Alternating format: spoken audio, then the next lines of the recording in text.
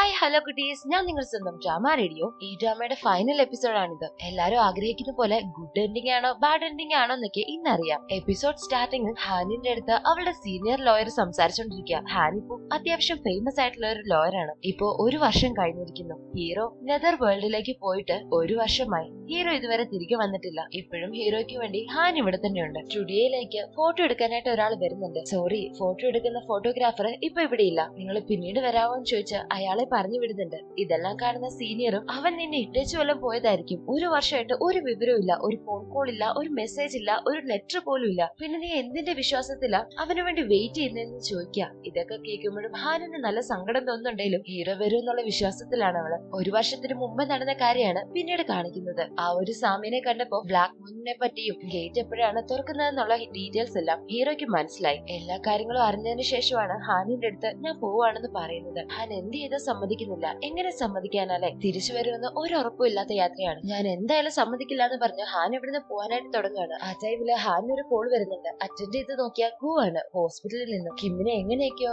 ഗു ഹോസ്പിറ്റലിൽ എത്തിച്ചു. ഓവർ ടൈം വർക്ക് ചെയ്തുകൊണ്ട് തന്നെയാണ് കിമ്മിനും ഇങ്ങനെ വയ്യാതായത്. ശരിക്കും ഗുവിന് ഇതെല്ലാം ഓർത്തിട്ട് നല്ല ദേഷ്യം വരുന്നുണ്ട്. ഓൾറെഡി ഇതെല്ലാം ഓർത്തോണ്ട് ദേഷ്യത്തിൽ ഇരിക്കുന്ന സമയത്താണ് ആ മാനേജർ വീണ്ടും വിളിച്ചിട്ട് ഞാൻ പറഞ്ഞ വർക്കൊന്നും നീ തീർത്തില്ലേ, എവിടാ നീ എന്ന് പറഞ്ഞ് നല്ല രീതിയിൽ ഇങ്ങോട്ട് ചീത്ത പറയാ. അതോടെ കേട്ടപ്പോ എങ്ങനെ ഗു ക്ഷമിക്കാനാ. ഹീറോയും ഹാനും വന്ന ഉടനെ എനിക്ക് ഒരാളോട് റിവഞ്ച് ചെയ്യണം, ഇല്ലാതെ എനിക്കൊരു സമാധാനമില്ല, ഞാനത് ചെയ്തോട്ടെ എന്ന് ഹീറോയുടെ അടുത്ത് പെർമിഷൻ ചോദിക്കുക. ഹീറോയും നിനക്ക് തോന്നുന്ന എന്താണോ അത് തന്നെ നീ ചെയ്തു, എന്ത് വന്നാലും ബാക്കി ഞാൻ നോക്കിക്കോളാന്ന് പറയാ. ഞാനും ഇനി ഗുവും നമ്മിനെ പോലെ വല്ല ഈവൾ സ്പിരിറ്റ് ആക്കുമെന്ന് പേടിച്ചു. പക്ഷെ ഗു കൊടുത്ത റിവഞ്ച് കാണാൻ തന്നെ നല്ല രസമുണ്ടായിരുന്നു. വീട്ടിൽ കിടന്നുറങ്ങുന്ന അയാളുടെ മുഖത്തെല്ലാം ബാഡ് വേർഡ്സ് ആയിട്ട് എഴുതി വെച്ചേക്ക. വന്ന് തൂക്കാൻ നോക്കിയാ മുഖത്തെ അതൊന്നും പോകുന്നില്ല. വൈഫിനെ വിളിച്ചിട്ട് ചോദിച്ചാലോ, വൈഫിന്റെ ദേഹത്ത് ഇപ്പോ ഗു ആയിരുന്നുണ്ടായിരുന്നത്. വൈഫ് സൈക്കോ രീതിയിൽ മറുപടി പറഞ്ഞപ്പോ അയാൾ ശരിക്കും പേടിച്ചു. പേടിച്ചിട്ട് നേരെ മോന്റെ മുറിയിലോട്ടാണ് ഓടിക്കേറുന്നത്. അവിടെ ചെന്ന മോൻ ഗെയിം കളിച്ചോണ്ടിരിക്കുക. രക്ഷപ്പെടാനായിട്ട് ഓടിക്കേറിയാലും ഗെയിം കളിക്കുന്ന കണ്ട മോനെ അവിടെ നിന്ന് ചീത്ത പറയാൻ തുടങ്ങി. നിന്നോട് ഞാൻ പറഞ്ഞിട്ടില്ലേ ഗെയിം കളിക്കലെന്ന്, ഏത് സമയം ഇതുമായിട്ടിരിക്കുവാണോ എന്ന് ചോദിച്ചാൽ അവനെ ചീത്ത പറയുക. പെട്ടെന്ന് മോന്റെ ഭാവവ്യത്യാസം മാറാൻ തുടങ്ങി. അവിടെ ഇപ്പോ ഉള്ളത് ഗു ആണ്. ഗു അവന്റെ കാര്യങ്ങൾ പറയാൻ തുടങ്ങിയപ്പോ മാനേജറിന് അതാരാണെന്ന് മനസ്സിലായി. 3 വർഷം മുമ്പ് മരണപ്പെട്ട ഡെപ്യൂട്ടി ഗു ആണോ നീ എന്ന് ചോദിക്കാം. ഗുവും അതേന്ന് പറഞ്ഞ് അവനെ പേടിപ്പിക്കാൻ തുടങ്ങി. പേടിച്ചോടി ഒരു മുറിക്കുള്ളിൽ പോയി കയറിയിരുന്നു. ഇവിടെ ഹോസ്പിറ്റലില് കിമ്മിന് ബോധം തെളിഞ്ഞു. തെളിഞ്ഞ ഉടനെ അയ്യോ എന്റെ വർക്കൊന്നും തീർത്തില്ല എന്ന് പറഞ്ഞ് ധൃതി പിടിക്കാൻ തുടങ്ങി. ഹാനും ഹീറോയും ആണ് വഴക്ക് പറഞ്ഞ് അവിടെ ബെഡിൽ കിടത്തുന്നത്. നെക്സ്റ്റ് ഡേ കിം ഓഫീസില് പേടിച്ച് വരുന്നത്, കാരണം അവളൊന്നും ചെയ്തിട്ടില്ലല്ലോ. പക്ഷെ വന്ന ഉടനെ എല്ലാരും ക്ലാപ്പൊക്കെ തട്ടി നിനക്ക് തന്ന എല്ലാ വർക്കും നീ ചെയ്തല്ലോ എന്ന് ചോദിക്കുക. കിമ്മിനും അപ്പോഴേ മനസ്സിലായി ഇതെല്ലാം ചെയ്തത് ഗു ആയിരിക്കും. കിം ഓൾറെഡി കോ വർക്കേഴ്സിന് എടുത്ത് ഗുവിന്റെ ഫോട്ടോ കിട്ടുമെന്ന് ചോദിച്ചിട്ടുണ്ടായിരുന്നു. അതും ഒരാളെ കൊണ്ട് കൊടുക്കുന്നുണ്ട്. അങ്ങനെ ആദ്യമായിട്ട് ഗുവിന്റെ ഫോട്ടോ കിമ്മ കാണുക. കണ്ടതേ അവൾക്ക് ഇഷ്ടപ്പെട്ടു. ഇനി എന്ത് ഇഷ്ടപ്പെടാനല്ലേ, ശരീരമില്ലാതെ അവൾ ഇഷ്ടപ്പെട്ടല്ലോ. ഇത്ര നേരമായിട്ട് മാനേജർ ഓഫീസിൽ വന്നിട്ടില്ല. എന്തെന്ന് നോക്കിയാ അവിടെ ഇവിടെയൊക്കെ ആയിട്ട് ഒളിച്ചൊളിച്ച് നടക്കുക. മാനേജറിന്റെ മോളെ കണ്ടതും നീ ഇങ്ങോട്ട് വന്നേ, ഇവിടെ ഗോസ്റ്റ് ഉണ്ട്, നീ ഇവിടുന്ന് പോകുന്നതാ നല്ലതെന്നോ പറഞ്ഞ് മോളെ ഉപദേശിച്ചോണ്ടിരിക്കുക. പെട്ടെന്ന് മോള് ഗു ആയിട്ട് മാറി. ഇത് നിനക്ക് തരുന്ന ലാസ്റ്റ് വാണിംഗാ. ഇനി എംപ്ലോയീസിനെ ഇങ്ങനെ കിടന്ന് കഷ്ടപ്പെടുത്താനാണെങ്കിൽ നിന്നെ ഞാൻ കൊന്നു കളയുമെന്ന് പറയാ. അത് കേൾക്കുന്നതും അയാൾക്ക് ഇച്ചിരി പേടിയാവുന്നുണ്ടല്ലോ. നീ ഒരു ഗോസ്റ്റ് അല്ലേ, നീ എന്ത് ചെയ്യാനാന്ന് ചോദിച്ച് അയാൾ എന്നിട്ട് അഹങ്കാരത്തോടെ സംസാരിക്കാൻ തുടങ്ങി. നിനക്ക് ഈ ഗോസ്റ്റിന്റെ പവർ എന്താന്ന് അറിയില്ല എന്ന് പറഞ്ഞ് ഗുവും ദേഷ്യത്തോടെ സംസാരിക്കാൻ തുടങ്ങി. ഉടനെ അയാള് വന്ന് ഗുവാണെന്ന് കരുതി മോളുടെ കൊങ്ങ കയറി പിടിക്കുക. ഗു ഓൾറെഡി ആ ബോഡിയിൽ നിന്ന് ഇറങ്ങിയിരുന്നു. അച്ഛ എനിക്ക് വേദന എടുക്കുന്നു, എന്റെ വീടെന്ന് പറഞ്ഞ് മോളും കിടന്ന് കരയാൻ തുടങ്ങി. മാനേജറിനാണെങ്കിൽ കാണുന്ന എല്ലാരും ഗു ആയിട്ടാ തോന്നുന്നത്. നീ ഗോസ്റ്റല്ലേ എന്ന് പറഞ്ഞ് ഓരോരുത്തരെയും വന്ന് തല്ലാൻ തുടങ്ങി. ആക്ച്വലി മാനേജർ മെന്റൽ ആയിട്ടുള്ള ഒരാളെ പോലെയാണ് ഇപ്പൊ ബിഹേവ് ചെയ്യുന്നത്. എല്ലാരും അത് ശ്രദ്ധിക്കുന്നുണ്ട്. എന്നിട്ട് ഗു നേരെ മാനേജറിന്റെ ബോഡിയിലേക്ക് കയറി. ഞാൻ എംപ്ലോയീസിനെ കഷ്ടപ്പെടുത്തുന്ന ഒരാളാണ്, ഞാൻ നല്ലൊരു മാനേജർ അല്ല, ഞാൻ ഒരുപാട് അട്ടിമറിയും കള്ളത്തരങ്ങളും ഒക്കെ ചെയ്തിട്ടുണ്ടെന്നൊക്കെ പറഞ്ഞ് ഒരു നോട്ടീസ് ബോർഡ് തന്നെ മേത്ത് തൂക്കിക്കൊണ്ടിരിക്കുക. ബോഡിക്കുള്ളില് ഗു ആണെങ്കിലും കാണുന്നവർക്കെല്ലാം അത് മാനേജർ തന്നെയാണല്ലോ. ഫോട്ടോസ് ഒക്കെ എടുത്ത് വൈറലാക്കുന്നുണ്ട്. ഇവിടേക്ക് വരുന്ന കിമ്മും ഇത് കാണുന്നുണ്ട്. 10 മിനിറ്റ് കഴിഞ്ഞപ്പോ ഗു ബോഡിയിൽ നിന്ന് ഇറങ്ങി. അപ്പോഴാ മാനേജറിനും എന്താണ് താൻ ചെയ്തുകൊണ്ടിരിക്കുന്നതെന്ന് മനസ്സിലാവുന്നത്. ബോഡിയിൽ നിന്ന് ഉടനെ ആ ബോർഡൊക്കെ എടുത്ത് മാറ്റിയിട്ട് എല്ലാരും ഫോൺ വെച്ചോ, ഞാൻ നിങ്ങളെ എല്ലാരെയും ഫയർ ചെയ്യുന്നു പറഞ്ഞ് ഭീഷണിപ്പെടുത്തിക്കൊണ്ടിരിക്കുക. ഇതെല്ലാം കണ്ടിട്ട് കിമ്മിന് ചിരി വരുന്നുണ്ട്. നമ്മൾ എപ്പോഴും കാണുന്ന സ്പോട്ടിലേക്ക് വരാൻ പറഞ്ഞ് ഗുവിന് ഒരു മെസ്സേജ് അയച്ചു. അവിടേക്ക് ഗു വരുമ്പോ ഓൾറെഡി അവൾ അവിടെ വെയിറ്റ് ചെയ്ത് നിൽപ്പുണ്ടായിരുന്നു. വന്നതേ എനിക്കൊരു ഹൈഫൈ അടിക്കാൻ പറയുന്നുണ്ട്. ഗു ഹൈഫൈ അടിക്കാൻ നോക്കിയാലും പറ്റില്ലല്ലോ. ഗുവിന്റെ അടുത്ത് അവള് അവന്റെ ഫോട്ടോയിൽ കണ്ട കാര്യമൊക്കെ പറഞ്ഞ് ഐ ലവ് യു ഗു എന്ന് പറഞ്ഞ് അവളുടെ മനസ്സിലുള്ള ഇഷ്ടമെല്ലാം അവനോട് പറയുന്നുണ്ട്. തിരിച്ച് ഗുവും എനിക്ക് നിന്നെ ഒരുപാട് ഇഷ്ടമാണെന്ന് കിമ്മിന്റെ അടുത്തും പറയാം. ഇവിടെ ഹാൻ ഇപ്പോ സ്റ്റുഡിയോയിൽ വരുന്ന ഗോസ്റ്റുകളുടെ ഒക്കെ ഫോട്ടോ എടുക്കലാണ് പണി. അവരെല്ലാരും ഹാപ്പി ആയിട്ട് തന്നെ ഇന്നത്തെ വേൾഡിലേക്ക് ഇവിടെ അയക്കുന്നുണ്ട്. ആ ഫോട്ടോ വെക്കുന്ന സമയത്തെല്ലാം ഹീറോ പറഞ്ഞ കാര്യം അവള് ചിന്തിക്കുന്നത്, ബ്ലാക്ക് മൂൺ വരുമ്പോ എനിക്ക് ഇത് എന്തായാലും ചെയ്തേ പറ്റുള്ളൂ, നിന്റെ ലൈഫ് എനിക്ക് ഒരുപാട് ഇമ്പോർട്ടന്റ് ആണെന്നൊക്കെ ഹീറോ പറഞ്ഞിരുന്നു. അതൊക്കെ ഓർത്തോണ്ടിരിക്കുന്ന സമയത്ത് ഒരു കോള് വരിക. ഹീറോ ഡ്രിങ്ക് ചെയ്ത് ബാറിൽ കിടക്കാണ്, വന്ന് വിളിച്ചോണ്ട് പോന്നു പറഞ്ഞു. ഹീറോ അവിടെ കിടക്കുന്ന കണ്ടിട്ട് സത്യത്തെ ഞാനല്ലേ ഡ്രിങ്ക് ചെയ്യേണ്ടത്, എന്നിട്ടിപ്പൊ നീ ഡ്രിങ്ക് ചെയ്താൽ ഞാൻ സമ്മതിക്കുന്നാണെന്ന് ചോദിക്കുക. ഉടനെ ഹീറോയും ബോധം തെളിഞ്ഞ് എനിക്ക് ഈ ലോകത്ത് ഒറ്റയ്ക്ക് ജീവിക്കാൻ പറ്റില്ല, ഒരിക്കലും മരണത്തിന് നിന്നെ തളി കൊടുക്കാനും പറ്റില്ല, എനിക്ക് എന്തായാലും ഇത് ചെയ്തേ പറ്റുള്ളൂ എന്ന് പറഞ്ഞ് അവൻ ഒറ്റ കാലിൽ നിൽക്കുക. ഹീറോയിനും ഏകദേശം ഇതെല്ലാം സമ്മതിച്ച ഒരു മട്ടാണ്. നെക്സ്റ്റ് ഡേ ഹാൻ ഹീറോനെ കണ്ടിട്ടും മിണ്ടാതെ പോവാ. നീ ഇങ്ങനെയാണോ എന്നെ പറഞ്ഞു വിടുന്നതെന്ന് ചോദിച്ച് ഹീറോ അവളുടെ അടുത്തേക്ക് വരാണ്. ഹീറോ ഇപ്പോ അവള് കൊടുത്ത ഷൂ ആണ് ഇട്ടിരിക്കുന്നത്. പതിയെ അവള് ആ ഷൂവിന്റെ ലൈസ് കെട്ടിക്കൊടുത്ത് സമ്മതം മൂളുന്നുണ്ട്. അന്ന് നൈറ്റ് പോവാനായിട്ടുള്ള സാധനങ്ങളൊക്കെ എടുത്തു വെക്കാണ്. ക്യാമറയും സെക്യൂർ ആയിട്ട് പാക്ക് ചെയ്യുന്നുണ്ട്. ഹീറോയ്ക്ക് അറ്റാക്ക് ചെയ്യാൻ വേണ്ടി പാകത്തിന് ഒരു കിറ്റ് കൊടുക്കുക. ഞാനെന്താ വല്ല യുദ്ധത്തിനുമാണ് പോകുന്നത്, ഇതൊക്കെ എന്നെ തരുന്നതെന്ന് ചോദിച്ചാൽ യുദ്ധത്തിനെക്കാട്ടിലും വളരെ ഡേഞ്ചർ ആയിട്ടുള്ള ഒരിടത്തേക്ക് നീ പോകുന്നത്, അപ്പോ ഇതൊക്കെ കൊണ്ടുപോകണം, എനിക്ക് തന്നേക്കുന്ന പ്രോമിസ് ഒന്നും മറക്കല്ലേ, നാളെ തന്നെ ഇവിടെ എത്തിക്കണമെന്ന് പറയാ. ഹീറോയും ഞാൻ സൂര്യൻ ഉദിക്കുന്നതിന് മുമ്പേ തിരികെ വരുമെന്ന് പ്രോമിസ് കൊടുക്കുന്നുണ്ട്. എന്നാൽ പോകുന്ന ടൈമില് ഹാനിന്റെ അടുത്ത് യാത്ര പറയാതാണ് അവൻ പോകുന്നത്. പോകുന്നതിന് തൊട്ടു മുമ്പേ ഗോ ഹീറോയ്ക്ക് കുറെ അഡ്വൈസ് ഒക്കെ കൊടുക്കുന്നുണ്ട്. നരകം എന്ന് പറയുന്നത് നമ്മൾ വിചാരിക്കുന്ന പോലെ ആയിരിക്കില്ല, ഇവിടെ കാണുന്നതെല്ലാം സത്യമാണെന്ന് കരുതുകയും ചെയ്യരുതെന്ന് പറയാം. ഹീറോ ഹാൻ വരുന്നതിന് മുമ്പേ തന്നെ അവിടെ നിന്ന് പോയി. കാറെടുത്തതും ഹാൻ അവിടേക്ക് വന്നു. കാണാതെ പോയതിന്റെ സങ്കടം അവളുടെ മുഖത്തുണ്ട്. ഹീറോ ആ കാട്ടിക്കൂടെ പൊക്കൊണ്ടിരിക്കുകയാണ്. വലിയ കുഴപ്പങ്ങളൊന്നും ഇല്ലാതെ പൊക്കൊണ്ടിരിക്കുന്നത് കണ്ടപ്പോഴേ എനിക്ക് തോന്നി വലിയതെന്തോ വരാനുണ്ട്. ശാന്തമായിട്ടിരിക്കുന്ന ആ കാടുകളില് ശാന്തമല്ലാത്ത ഒരുപാട് ഗോസ്റ്റുകൾ ഉണ്ടായിരുന്നു. അവരെല്ലാം ഹീറോനെ ഒരുമിച്ച് അറ്റാക്ക് ചെയ്യാൻ തുടങ്ങി. എന്നാലും ഹീറോ ആ ക്യാമറ വിടാതെ ഹാനിനു വേണ്ടി അവരെ എല്ലാം പിന്നിലാക്കി അവൻ ഓടിക്കൊണ്ടേയിരുന്നു. ഇവിടെ ഹാനിന്റെ അടുത്ത് ഇന്ന് ബ്ലാക്ക് മൂൺ ആയതുകൊണ്ട് ഗോസ്റ്റുകൾക്കൊക്കെ ഒരുപാട് പവർ കാണും. അവളെ അറ്റാക്ക് ചെയ്യാതിരിക്കാനായിട്ട് ബൗണ്ടറീസ് ഒക്കെ സെറ്റ് ചെയ്തുകൊണ്ടിരിക്കുകയാണ്. ഹീറോയുടെ അവന്റെ മാക്സിമം ഫൈറ്റ് ചെയ്ത് ഗേറ്റ് തേടി പൊക്കൊണ്ടിരിക്കുകയാണ്. ഹാനിനാണെങ്കിൽ ഗോ ഇവിടെ ഗോസ്റ്റുകളെ അറ്റാക്ക് ചെയ്യേണ്ട കാര്യങ്ങളൊക്കെ പറഞ്ഞു കൊടുത്തോണ്ടിരിക്കുക. ഇവരുടെ ഒപ്പം കിമ്മും ഉണ്ട്. ആ ടൈമിൽ ഗോ സമയം നോക്കുമ്പോഴാണ് ബ്ലാക്ക് മൂൺ അപ്പിയർ ആയി കഴിഞ്ഞു എന്ന് മനസ്സിലാവുന്നത്. ടൈമില് സ്റ്റുഡിയോയിലുള്ള ആ ഒരു ഗേറ്റ് ഗോസ്റ്റുകളൊക്കെ തുറക്കാനായിട്ട് ട്രൈ ചെയ്യാൻ തുടങ്ങി. ഇവിടെ ഹീറോയും ശരിക്കും സ്ട്രഗിൾ ചെയ്തോണ്ടിരിക്കുക. ഓടി ഓടി കൊക്ക പോലെയുള്ള ഒരിടത്തെത്തി. ഇവിടുന്ന് പോവാനായിട്ട് ഒരു വഴിയുമില്ല, എന്താ ചെയ്യേണ്ടെന്നറിയില്ല. ഒരുപക്ഷെ ഇതായിരിക്കുമോ ആ ഗേറ്റ്. എന്തായാലും രണ്ടും കൽപ്പിച്ച് ഹീറോ അതിനുള്ളിലേക്ക് ചാടി. അത് ശരിക്കും ആ ഒരു ഗേറ്റ് ആയിരുന്നു. അവിടെ നല്ല ഇരുട്ടായിരുന്നു. ഹീറോ എങ്ങനെയൊക്കെ നടക്കുന്ന സമയത്ത് അവിടെ പോസ്റ്ററും ഒരു പെട്ടിയൊക്കെ കാണാൻ തുടങ്ങി. ഇതെന്താ നരകത്തിൽ പോസ്റ്റർ ഒക്കെ എന്ന് പറഞ്ഞ് അത് നോക്കിക്കൊണ്ടിരിക്കുന്ന സമയത്താണ് ഭൂ പറഞ്ഞ കാര്യം ഓർക്കുന്നത്. നരകത്തിലെ എല്ലാം വിശ്വസിക്കരുത്, നിത്യം കാണും സത്യവും കാണുമെന്ന്. ഹീറോ ആ ക്യാമറയുമായിട്ട് പതിയെ നടന്നു നീങ്ങി. ഒരുപാട് ദൂരം പോയി കഴിഞ്ഞപ്പോ ഒരു ഗുഹയിൽ നിന്നും പ്രകാശം വരുന്നതായിട്ട് തോന്നി. അത് ഫോളോ ചെയ്ത് അങ്ങോട്ടേക്ക് പോയി. ഇവിടെ കിമ്മും ഗുവും ഹാനും ആ ഒരു ഗേറ്റ് എങ്ങനെയെങ്കിലും ഒക്കെ അടയ്ക്കാൻ വേണ്ടിയുള്ള തത്രപ്പാടിലാണ്. ഗോസ്റ്റുകളെല്ലാം ശരിക്കും പവർഫുൾ ആയിരുന്നു.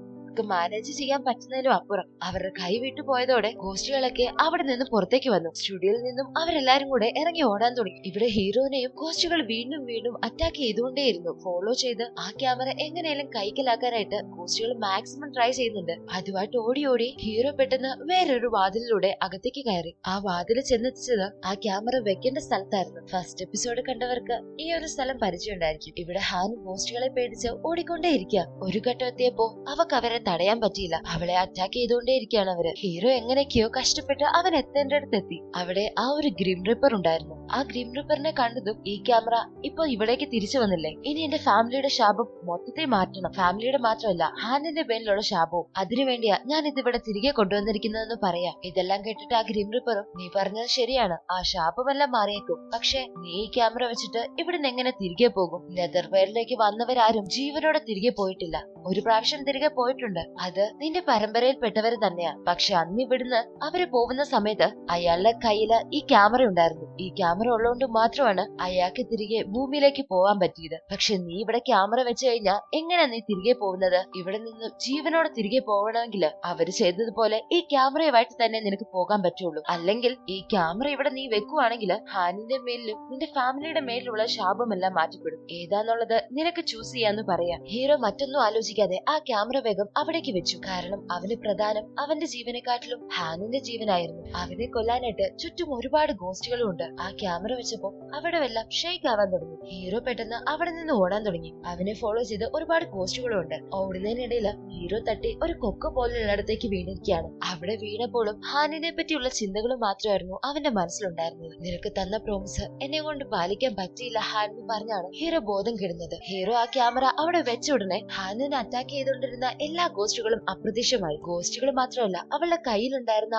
ആ ഒരു മാർക്ക് പോലും പോയി. ഹാനിനും മനസ്സിലായി ഹീറോ പറഞ്ഞതുപോലെ ചെയ്ത് കാണിച്ചു എന്ന്. ആ കാര്യം ഓർക്കുമ്പോ അവക്ക് ശരിക്കും സന്തോഷമാവുന്നുണ്ട്. സൂര്യൻ ഉദിക്കുന്നതിന് മുമ്പേ ഹീറോ ഇവിടെ എത്തുമെന്നായിരുന്നു പറഞ്ഞിരുന്നത്. അന്വേഷിക്കാനായിട്ട് ഗുവും പോയിട്ടുണ്ട്. ഹാനും കിമ്മും അവരെ കാണുന്നില്ലല്ലോ എന്ന് പറഞ്ഞ് വഴിയിലേക്ക് തന്നെ നോക്കി നിൽക്കുക. അവിടേക്ക് ഗു വരുന്നുണ്ട്. എന്തേ ഹീറോ എവിടെയെന്ന് ചോദിച്ചാ അദ്ദേഹം ഇനി ഇവിടെ വരില്ല എന്നാണ് എനിക്ക് തോന്നുന്നത്. വരാൻ പറ്റിയിരുന്നെങ്കിൽ ഇതിനകം വന്നേനെന്ന് പറയാ. ഇത് കേട്ടതും ഹാനിനൊട്ടും സഹിക്കാൻ പറ്റിയില്ല. അവൾ എങ്ങനെ അക്സെപ്റ്റ് ചെയ്യാനാ? പൊട്ടിക്കരയാൻ തുടങ്ങി. പിന്നെ ഒരുപാട് നാള് കടന്നുപോയി. ഇപ്പോഴെല്ലാം അവക്ക് വിശ്വാസം ഉണ്ടായിരുന്നു ഹീറോ വരുമെന്ന്. ഒരു വർഷമായപ്പോഴേക്കും മിനിസ്റ്ററിന്റെ കേസും വിധി വന്നു. ഗു ഇവിടെ വമ്പൻ സെറ്റപ്പിലാണ്. ഒരുപാട് സ്റ്റുഡൻസ് ഒക്കെ ഉള്ള അടിപൊളി ഗോസ്റ്റുകൾക്ക് വേണ്ടിയുള്ള കോഴ്സ് തന്നെ സ്റ്റാർട്ട് ചെയ്തു. ഇത് മാത്രമൊന്നുമല്ല, സ്വന്തം കൈകൊണ്ട് എഴുതിയ പുസ്തകം വരെ ഗു പബ്ലിഷ് ചെയ്തു. അവിടെയുള്ള സ്റ്റുഡൻസ് എല്ലാം അവിടെ തേരാപാരം നടക്കുന്ന ഗോസ്റ്റുകളാണ്. മറ്റു ഗോസ്റ്റുകൾക്കൊന്നും ഗുവിനെ പോലെ സാധനങ്ങൾ എടുക്കാനോ ആൾക്കാരെ ബോഡി കയറാനോ ഒന്നും അറിയില്ല. അതിനൊക്കെ ട്രെയിനിങ് കൊടുക്കുന്ന ഇൻസ്റ്റിറ്റ്യൂട്ട് ആണെന്ന്. അവിടേക്ക് സെക്യൂരിറ്റി വരുന്നുണ്ട്. ഇതെന്താ ഇവിടെ വെറുതെ ലൈറ്റ് ഓൺ ആയി കിടക്കുന്നതെന്ന് പറഞ്ഞ് ലൈറ്റ് ഓഫ് ആക്കാനായിട്ട് വന്നതാ.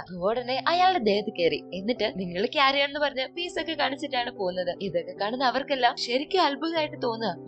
മാസ്റ്ററിന്റെ വെഡിങ് കഴിഞ്ഞു അറിഞ്ഞല്ലോ എന്ന് ചോദിക്കുക. അതെ ഗൈസ്, ഗുവിന്റെ വെഡിങ് കഴിഞ്ഞിരിക്കുന്നു. കയ്യിലൊരു റിംഗ് ഒക്കെ ഉണ്ട്. അങ്ങനെ നമ്മുടെ കിമ്മും ഗുവും ഒന്നായി. കിം ഇവിടെ അവളുടെ ഓഫീസില് ഇപ്പൊ നല്ലൊരു പൊസിഷനിലാണ്. എല്ലാരും അവക്ക് നല്ല രീതിയിൽ റെസ്പെക്റ്റും കൊടുക്കുന്നുണ്ട്. ഇന്ന് കിമ്മിന്റെ ബർത്ത്ഡേ ആണ്. കിമ്മും ഗുവും എപ്പോഴും മീറ്റ് ചെയ്യുന്നിടത്തേക്ക് വന്നേക്ക. ഇന്നൊരു കുട്ടിയായിട്ടാണ് ഗു വന്നിരിക്കുന്നത്. ഹാപ്പി ബർത്ത്ഡേ കിം എന്ന് പറഞ്ഞ് ആ കേക്കൊക്കെ മുറിച്ച് അവരവരുടെ ലവും റിലേഷനൊക്കെ നല്ല സ്മൂത്ത് ആയിട്ടാണ് ലവിങ് ആയിട്ട് കൊണ്ടുവന്നിട്ടുണ്ട്. എനിക്ക് ഈ ഡ്രാമയിൽ ഏറ്റവും ഇഷ്ടപ്പെട്ട പേര് ഇവർ രണ്ടുപേരുവാ. നിങ്ങൾക്കും അങ്ങനെയാണോ എന്ന് കമന്റ് ചെയ്യണേ. ഹാനിപ്പോഴും ഹീറോ എവിടേക്കോ ജീവിച്ചിരിപ്പുണ്ട് എന്നുള്ള പ്രതീക്ഷയിലാണ്.